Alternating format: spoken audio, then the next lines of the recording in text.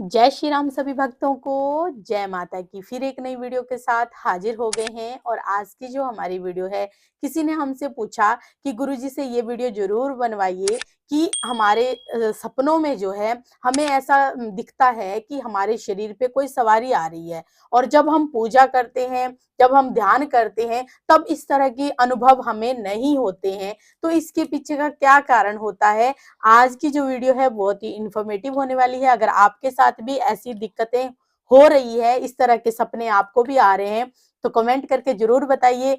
और जो है चैनल को जरूर सब्सक्राइब कीजिए ताकि आप तक जो है वीडियो की नोटिफिकेशन सबसे पहले ही पहुंच जाए। चलिए शुरू करते हैं आज की वीडियो। जय श्री राम। जय श्री राम, जय श्री बालाजी महाराज। बाबा की असीम कृपा आपके परिवार पर सदैव बनी रहे और मेरी माई जगत जननी माँ भवानी अम्ब की कृपा आपके घर में अन्नपूर्णा रूप में वास करे। जय माता की। जीवन के अंदर हम कोई भी कार्य करते हैं, अब हर कार्य का अनुभव होना जरूरी है। क्यों? क्योंकि अब हमारे शरीर पर अगर कोई एनर्जी आ रही है तो हमें आजकल हमें ये भी पता होना चाहिए कि वो एनर्जी वाकई में सही है या नहीं है। हाँ, इस पॉजिटिव पॉजिटिव नेगेटिव। है या नेगेटिव है, नकारात्मक है, क्या है, कुछ समझ तो आना चाहिए। कई वो व्यक्तियों के साथ ऐसा ही होता है कि वो कहीं पे जागरण होता है तो उनको खेल आ जाती है, और फिर उस वैसे घर पे कोई पूछा करते तो कुछ बोलती नहीं है। और कईयों के साथ ऐसा भी होता है कि स्वप्न में उनको दिखता है कि मैं खेल रहा हूँ, बहुत खेल रहा हूँ, बहुत लगातार लगातार लंबे समय से खेल रहा हूँ, चिक्का मार रहा हूं, लेकिन जब पूजा पाठ करता है तो इस प्रकार की कोई अनुभव ही नहीं होते। क्या कारण है? क्या इनके पीछे किस चीज का राज है?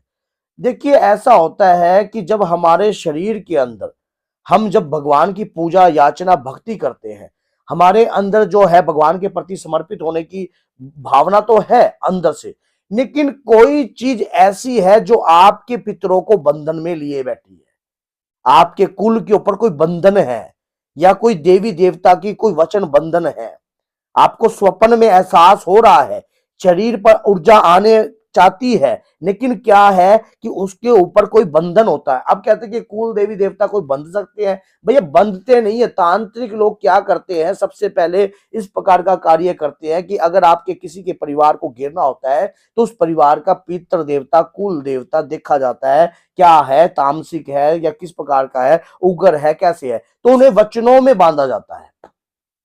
मतलब वचनों में उनको वचन बंध लिया जाता है, तो पितरों को बंधन में किया जाता है ताकि आपकी कोई मदद ना कर पाए। अगर इस प्रकार की पोजीशन होती है तो काफी पितर जैसे कि कई बंधन में होते हैं, या हम किसी भी ऐसे व्यक्ति के ओझा सियाने के पास चले जाते हैं। अगर जैसे कि हमारे शरीर पर पहले कोई सवारी आ रही थी आपके खानदान में, तो शरीर पर ऊर्जा आती थी इस प्रकार की हिलने की पूरी, और किसी ने जाकर कहा कि मेरे शरीर पर पूजा ऊर्जा आ रही थी और किसी ने उसको बंधन में करा दिया, थी वो प्लस चीज, लेकिन वो बंधन में रुकवा दे। रुकवा दी। तो वो रुकवाने के कारण तो आपको इस प्रकार का इंडिकेटर स्वप्न में बार बार दिखाई देगा। पूजा के समय पर आपको आभासियां निकलेंगी, शरीर पर ऐसा लगेगा कि तो तनाव तो हो रहा है लेकिन कुछ प्रत्यक्ष रूप में दिख नहीं रहा, शरीर में खेल बनी आता। कई बार सवारी होती है तो वो अलग तरीके की भी होती है, कईयों को तो खेल की आती है, तो कईयों के शरीर पर एक अलग सा उबासियों बोझ आता है, कईयों को ऐसा लगता है पूर्ण रूप से खिंचाव आता है, अबासी आती है, आंखों से आंसू आने लग जाता है। हमने भी एक वीडियो इस पे बना रखी है, आप देखना कि पूजा करते सब मुख से अबासी आना, आंखों से आंसू आना, तो इसके पीछे किस चीज का कार्य है? तो इस प्रकार का है। तो आपकी कहीं ना कहीं जो है वो बंधन में है और उनको बंधन मुक्त करवाना पड़ेगा। आपको बंधन मुक्त करवाने के बाद वो चीज आपके ऊपर खुलकर आने लग जाएगी, क्योंकि ऐसे व्यक्ति कई बार ऐसे कार्य कर देते हैं, पता होता नहीं है।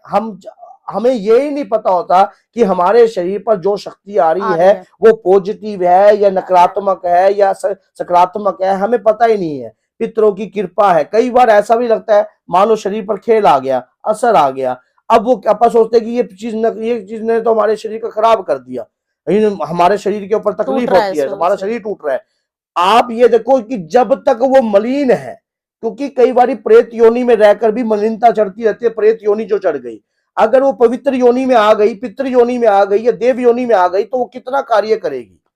हम इसके चक्कर में नहीं इतना लंबा हम सोचते ही, जिस प्रकार से हमें यही नहीं पता कि कोई चीज हमें कब प्रॉफिट देगी, जब हमें यही नहीं पता कि यहाँ इस ये काम करने से हमें प्रॉफिट होगा, तो हमें भविष्य का कैसे हम ज्ञात कर सकते हैं? तो ऐसी पोजीशन पे अपने इष्ट से प्रार्थना करनी चाहिए, जिसका आप नाम जप करते हो, जिस भी मंत्र का आप दिव्य मंत्र का जाप करते हो या हनुमान चालीसा पढ़ते हो, तो ऐसे में आपको एक काम करना चाहिए, आपको कम से कम 41 डेज तक लगातार 51 बजरंग बाण के पाठ करने चाहिए लगातार।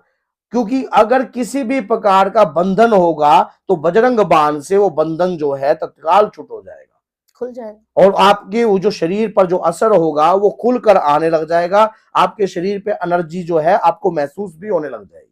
अगर आपको चाहते हो कि कोई बंधन अगर आपके ऊपर लगा हुआ है और बंधन से मुक्त होना चाहते हो, तो बजरंग बाण का पाठ करना डेली स्टार्ट कर दीजिए, 51 पाठ 41 डेज तक अगर आप करते हो तो आपका वो जो, और प्रार्थना यही रखनी है। उसमें आपने एक कार्य और करना पड़ेगा, आपको एक कार्य और बता देता हूं मैं।